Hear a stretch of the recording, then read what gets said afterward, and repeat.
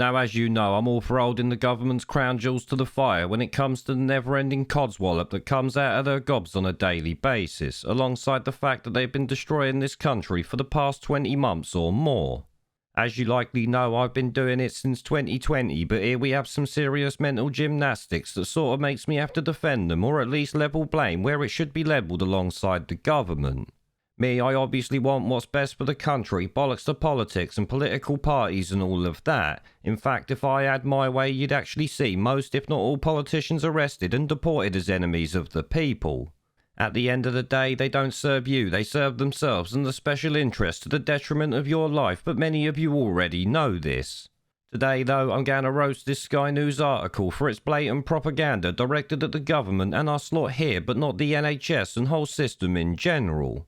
What's more is, I've got to shit on two parents who lost their child early in 2020 thanks to NHS policy that I can only describe as illegal and evil in my mind. Of course, they have my sympathies for their loss. Losing a child must be the most devastating thing imaginable, but the bullshit they talk still has to be called out.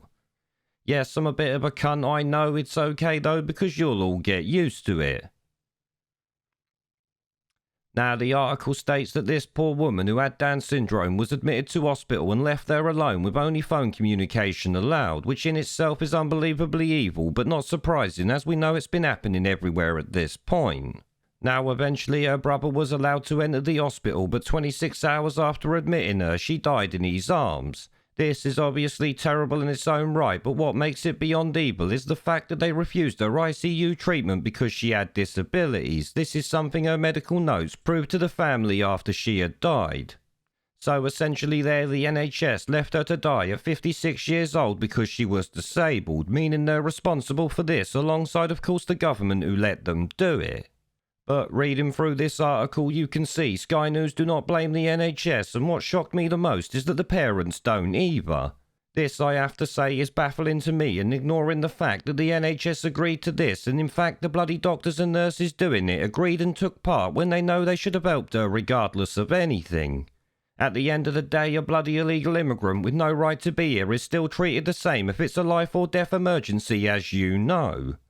Essentially though, the NHS said that disabled people are lesser citizens than even an illegal immigrant, and yet these people blame the government, and of course anyone who's not vaccinated, despite the fact that their daughter died long before any jab was actually out there. Yep, they included the unjabbed and ICU narrative that has been destroyed so many times it's actually laughable. But remember, don't criticise the NHS, it's our religion of this country now in the minds of these dumb fucks, as you know. Clearly though, like I said, this is just blatant propaganda, and for that reason I had to call it out as a bunch of bullshit that it is. Yes, the government's responsible for everything that's gone on, but the NHS certainly holds a part in this one.